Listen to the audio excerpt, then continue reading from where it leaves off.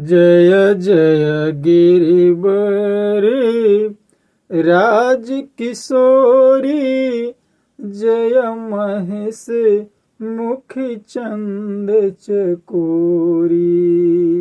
जय जय गिरिवरे राज किशोरी, जय महेश मुख चंद चकोरी। जय गजबदनी सिडाननी माता, जय गजबदनी सिडाननी माता, जगत जननी दामिनी दुति गाता। नहीं तवे आदि मध्य अवसाना, अमित प्रभाव वेदु नहीं जाना। नहीं तवे आदि मध्य अवसाना, अमित प्रभाव वेदु नहीं जाना। भव भव विभव राभव कारिणी, भव भव विभव राभव कारिणी, विश्व विमोहनी स्वबस बिहारिणी। विश्व विमोहनी स्वबस बिहारिणी। पति देवता सुतिये महु, मातु प्रथम तवरेक। महिमा अमित न सकहीं, कहीं सहस सारे दासेश। सेवते तो ही सुलभ फलचारी, बरदायनी पुरारी पियारी। देवी पूजी पद कमल तुम्हारी, सुर नर मुनि सब होहि सुखारी। मोर मनोरथ जानहुनि के, मोर मनोहर जानहुनि के, बसहु सदा उरपुर सबहि की। किन्हें प्रगट न कारण तेहि, अस कहीं चरण गहे बेदेहि। बिनय प्रेम बसे भई भवानी, बिनय प्रेम बसे भई भवानी। खसी माल मूर्ति मुशुकानी, सादर सिंह प्रसादु सिर धरयो बलि गौरी, हरसु हिय भरयो। सादर सिंह प्रसादु सिर धरयो, बोली गौरी हर्षु हिय भरयो। सुनु सिय सत्या शीस हमारी, पूजी मन कामना तुम्हारी। नारद बचन से दासुचि साचा, सोबरु मिले ही जाहि मनुराचा। नारद बचन से दासुचि साचा, सोबरु मिले ही जाहि मनुराचा। सोबरु मिले ही जाहि मनुराचा। प्यारे भाई बहन माता पिता, तो देखिए जब जनक नंदिनी अपने 8 सखियों के साथ गौरी पूजन के लिए बाग में, जनक जी के बाग में जाती हैं, तो वहां श्री रामचंद्र जी और लक्ष्मण जी के जो चेहरे को देखती हैं, उनसे आँखियाँ एक दूसरे से मिलती है, उनके बाद जब पूजन की याद लिए लौटने के क्रम में फिर जब दोबारा जाती है तो मंदिर में शुरू हो जाती है जय जय गिरिजा, जय जय गिरिवर, जय राज किशोरी। कहते हे श्रेष्ठ पर्वतों के राजा हिमाचल की पुत्री पार्वती, आपकी जय हो, जय हो। हे महादेव जी के मुख रूपी चंद्रमा की चकोरी, आपकी जय हो। हे हाथी के मुख वाले गणेश जी और 6 मुख वाले स्वामी कार्तिक जी की माता, आपकी जय हो। जनक जग जननी, हे बिजली की सी कांति युक्त शरीर वाली, आपकी जय हो। तो ये सीता माता, आपका ना आदि का अंत है, नहीं तब आदि मध्य अवसाना, न आपका आदि है न मध्य और न अंत है। आपके असीम प्रभाव को वेद भी नहीं जानते। आप संसार को उत्पन्न, पालन और नाश करने वाले हैं, विश्व को मोहिनी करने वाली और स्वतंत्र रूप से विहार करने वाली है। और हे माता, हे जगजननी, हे पार्वती, हे भवानी, पति को इष्ट देव मानने वाले श्रेष्ठ नारियों में यदि गिनती की जाए तो आपकी प्रथम स्थान में गणना होती है। माँ, आपकी अपार महिमाओं को हजार सरस्वती और शेष देवी नहीं गा सकते। हे वर देने वाली, शिव तोय सुलभ फलचारी, हे त्रिपुर के शत्रु शिव जी की प्रिय पत्नी, आपकी सेवा करने से चारों फल अर्थ धर्म काम और मोक्ष की प्राप्ति हो जाती है आसानी से। हे देवी, आपके चरण कमलों की पूजा करके देवता मनुष्य और मुनि सभी सुख पाते हैं।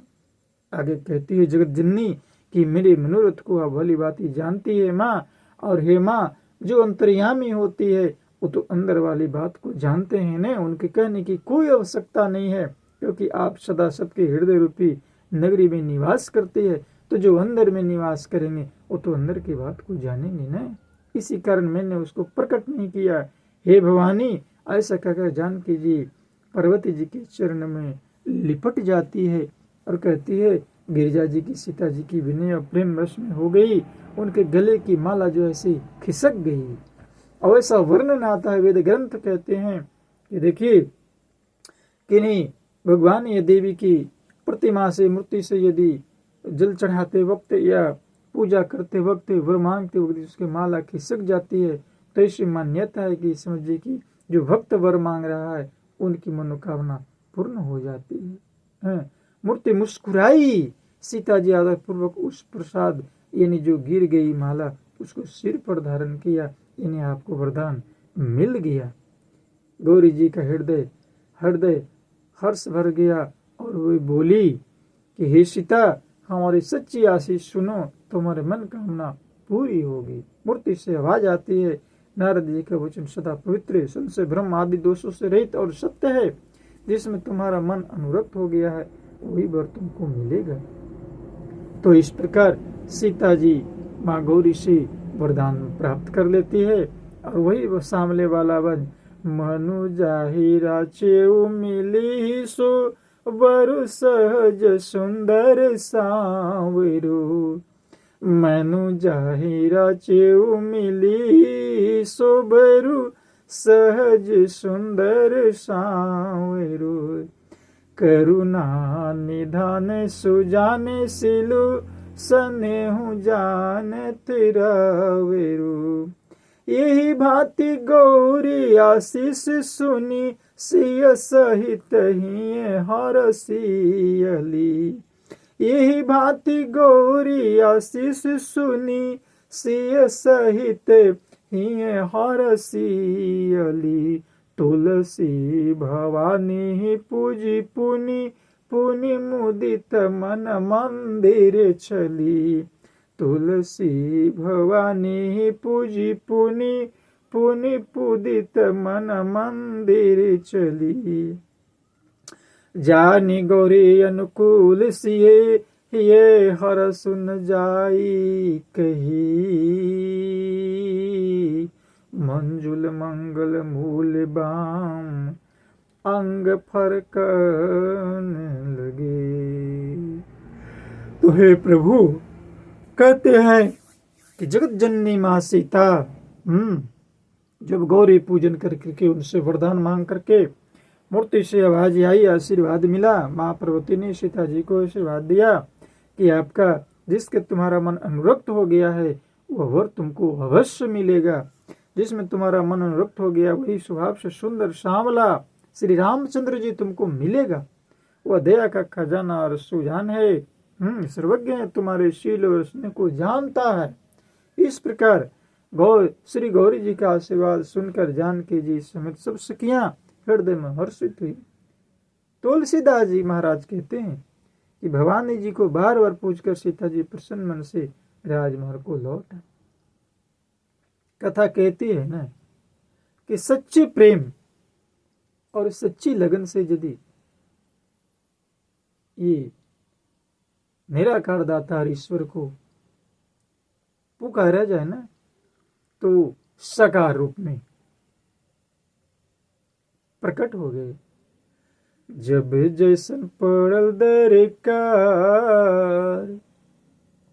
जब जैसन पड़ल दरकार, हरि जी अवतार लिहली।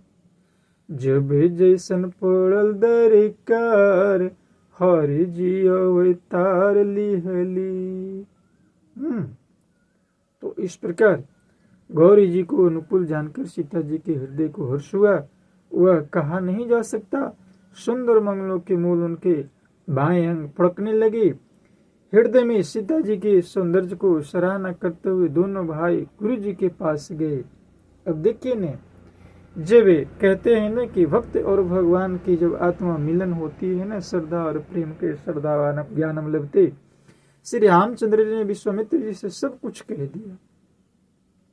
और गुरु कहते हैं ना कि अंतर्यामी होते हैं, क्योंकि उनका सरल स्वभाव है, छल तो उसे छूता भी नहीं है।